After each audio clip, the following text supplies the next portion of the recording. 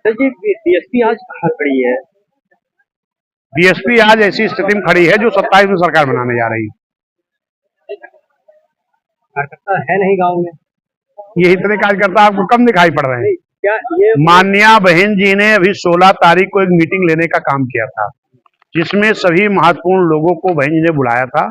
और उस मीटिंग में माननीय बहन जी ने हम लोगों को जो गाइडलाइन दिया है कि प्रतिदिन प्रति विधानसभा के एक सेक्टर में कैडर कैंप होगा और उस कैडर कैंप में मात्र 10 बूथों के लोग होंगे। 10 बूथों का मतलब एक सेक्टर के लोग होंगे। और उत्तर प्रदेश में 403 विधानसभा है। अगर प्रतिदिन एक सेक्टर में एक विधानसभा के एक बैठक हो रही है तो बीएसपी की 403 बैठकें इसी टाइप की डेली हो रही है और ये लगातार मार्च लास्ट तक चलेगा। उसके बाद फिर बूथ सेक्टर की लोगों का कैडर कैंप हो रहा है, उसमें सभी हमारे हर समाज के हर बूथ के लोग भी बुलाए जा रहे हैं। और उसके बाद ये बूथ अध्यक्ष बूथ कमेटी के लोग भी जाकर के अपने बूथ पर मोहल्ले मोहल्ले बताने का काम करेंगे। क्या बताएंगे? बाबा साहब के संघर्षों के बारे में, माननीय कांसीराम साहब के संघर्षों के बारे में, माननीय बहन जी के संघर्षों के बारे में और जो बहन जी ने काम किया है, जो इस देश की सरकारों ने 75-76 सालों में काम नहीं कर पाई हैं, वो काम माननीय बहन जी ने इस देश के बड़े प्रदेश उत्तर प्रदेश में 6-7 महीना में करके दिखाया है। और उन कामों को जाकर के बूथ स्तर पर बताया जाएगा। और निश्चित है बीएसपी कैडर बेस पार्टी है। आपने देखा होगा कि 27 में भी तमाम दलों का बड़ा बड़ा गठबंधन बना था, लेकिन बहुजन समाज पार्टी ने बिना किसी गठबंधन के अकेले पूर्ण बहुमत से सरकार बनाने का काम उत्तर प्रदेश में किया है पहले भी। और इस बार मैं देख रहा हूं लगभग 38 दल एनडीए गठबंधन और करीब 28 दल इंडिया गठबंधन ये एक साथ खड़े हैं। लेकिन बहुजन समाज पार्टी फिर से 2007 के तर्ज पर 27 में अपनी पूर्ण बहुमत की सरकार सर्व समाज को जोड़कर भाईचारा बना करके बनाने का काम करेगी। अच्छा जी, एक सवाल है जो आपको लगेगा तीखा। नहीं, तीखा नहीं लगे, पूछिए। दलित समाज के लोग तहसील पे दौड़ते हैं, उनको न्याय नहीं मिलता है, उनके लिए समाज ये कहाँ खड़ी है आपकी? देखिए, दलित समाज की तहसील की बात छोड़ो, आज तो हमारे दलित एससी समाज की हत्याएं कर दी जा रही हैं, एफआईआर नहीं लिखी जा रही है, न्याय नहीं मिल रहा है, कोई नहीं खड़ा है, सिर्फ बीएसपी अकेले खड़ी है। मैं तो डेली दौड़ दौड़ के जा रहा हूं।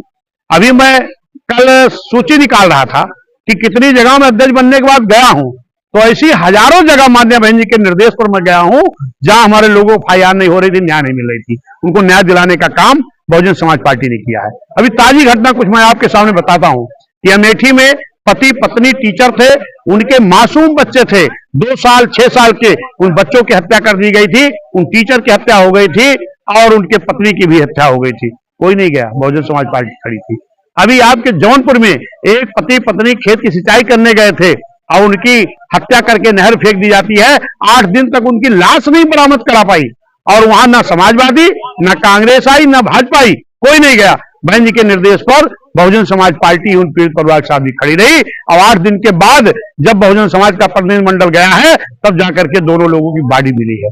उसके बाद गोरखपुर में एक 14 साल के बच्चे, 11 साल के बच्चे की दिन दहाड़े शाम को लोग शौच के लिए गए थे, उनको बदमाशों ने पकड़ करके पेड़ में बांधकर नंगा करके उन छोटे छोटे बच्चों को पीटने का काम किया। उनकी भी एफआईआर नहीं दर्ज हो रही थी, बहन जी ने संज्ञान में लिया। बहुजन समाज के लोग जब खड़े हुए तब जाके एफआईआर हुई। और अभी मैं होके आ रहा हूं, अभी बस्ती में भी यही हालत है।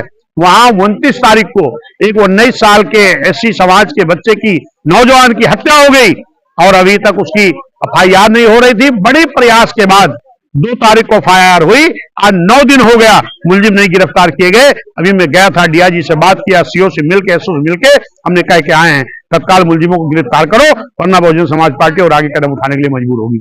अभी अयोध्या में आपने देखा एक 22 साल की बच्ची को किस तरीके भागोश सुनने गई थी, उसको लोग उठा ले गए, निवस्त करके आंख निकाल लिए, हाथ पैर तोड़ डाले, हत्या कर दिए। उसी के दूसरे दिन फिर एक पासी समाज के सरियावा गांव में एक हमारा करीब 55 साल का व्यक्ति चौकीदारी करता था, वहां उसको डंडे से पीट हत्या कर दी गई। बहुत अत्याचार हो रहा और ये अत्याचार ये जब तक बहुजन समाज हुकूमत में नहीं आएगी तब तक ये हमारे गरीबों के साथ अत्याचार बंद होने वाला नहीं। अध्यक्ष ये सैदपुर उमरन कल एक रोड एक्सीडेंट हुआ है। रोडवेज एक पिता पुत्र को रौंद दिया, जिसमें पिता की डेथ हो गई और पुत्र जो है लखनऊ के ट्रामा सेंटर में भर्ती है। उसकी भी स्थिति नाजुक बनी हुई है। क्या आपको जानकारी है? नहीं, अभी हमारे लोग कुछ घटनाओं को बताए हैं, मैं जा रहा हूँ। मैं यही कुदरत से प्रार्थना करूंगा। क्या सहयोग करेंगे? नहीं, मैं कुदरत से प्रार्थना करता हूँ कि जो बच्चा भर्ती है वो जल्दी स्वस्थ हो, ठीक होकर के आए।